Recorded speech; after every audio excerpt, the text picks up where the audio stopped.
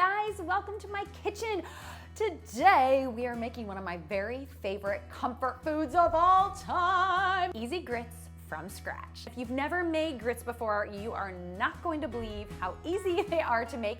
And if you have made them, I promise you that this technique results in the creamiest texture imaginable. These are so rich and luscious that you don't even have to add much butter or fat at all. Grits are so versatile, so you can serve them as a side dish to a traditional Southern style breakfast.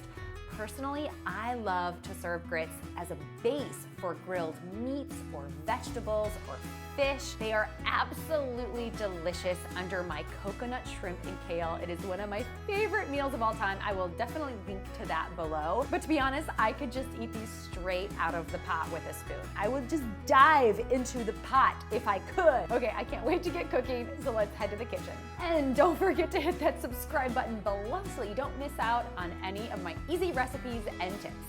Let's go. Grits are nothing more than dried ground corn. So you can find white corn grits or yellow corn grits depending on the variety of corn. I've got yellow corn grits here, also called polenta. You just want to make sure that they're fresh and coarsely ground, or better yet, stone ground. Stone ground grits have a delicious nutty flavor. Choose a heavy bottomed saucepan when you're making grits so that they don't burn, and I'm adding 3 cups of water and 3 cups of milk. You could use a low fat milk or a whole fat milk, whatever you have, whatever you drink. Now bring the mixture to a boil, and I suggest that you keep your eye on it because the milk has a tendency to boil over. I have boiled over my milk so many times. Once this reaches a boil, season it generously with salt. Now whisk in 1 cup of grits. I like to pour these in slowly so that I don't get any lumps, although since this recipe has so much liquid, it really is pretty foolproof. Keep whisking until the mixture comes back to a boil and thickens slightly. It will still be very liquidy at this point, but that is okay. This is looking good, so at this point I'm going to reduce the heat to the lowest setting, and then here's the secret. We are going to partially cover the pot. This is going to cut the cooking time in half. Now every 5 to 10 minutes, come back in with a rubber spatula and stir the mixture, being sure to scrape up any of the grits that are sticking to the bottom. Recover the pot, and it's important to leave a small crack so that some of the steam can escape and help thicken up the grits. So now we're just gonna do this every 5 to 10 minutes, coming back in here with our rubber spatula and giving it a stir. This is going to ensure that we get nice, smooth, and creamy grits. Usually at this point, I'm cooking the rest of dinner and I just pop back every time I remember. If you forget for a longer stretch, it's not the end of the world. You just might have to spend some more time stirring to smooth them out. Okay, I think we are about there. The grits have been cooking for about 30 to 35 minutes. You can see how thick and creamy they've gotten. I suggest you give them a taste. They should be soft and smooth and not at all gritty. Although be careful when you taste because they are very hot. I'm going to finish the grits with some salt. Now the salt is critical to their flavor, so be generous. You'll need more than you think. And then I added a tablespoon of butter. I will add some more butter when I serve these. As I mentioned, they are so luscious and sweet on their own.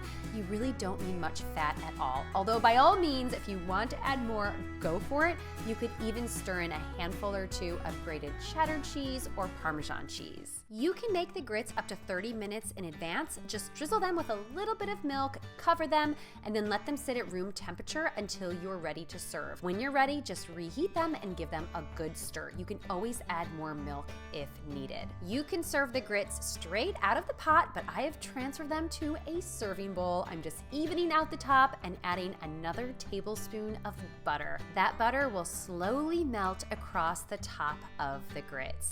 Oh man, I am not kidding you when I tell you that these grits are truly one of my favorite comfort foods of all time. I would be happy just to sit here with a spoon, but you can serve these grits in a million different ways. Today, I'm gonna serve them as the base for a roasted vegetable ratatouille. I will actually be showing you how to make this simple ratatouille recipe in a coming video in a couple of weeks, so stay tuned.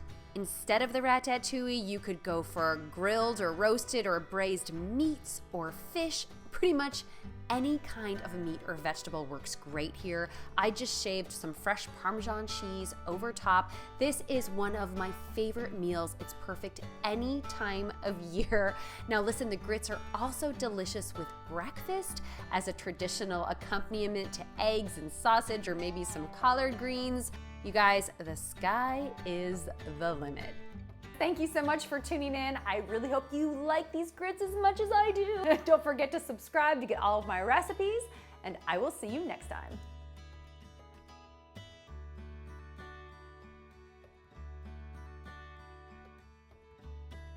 I mean, what could be better than creamy, buttery, sweet, corny? It's just the perfect food.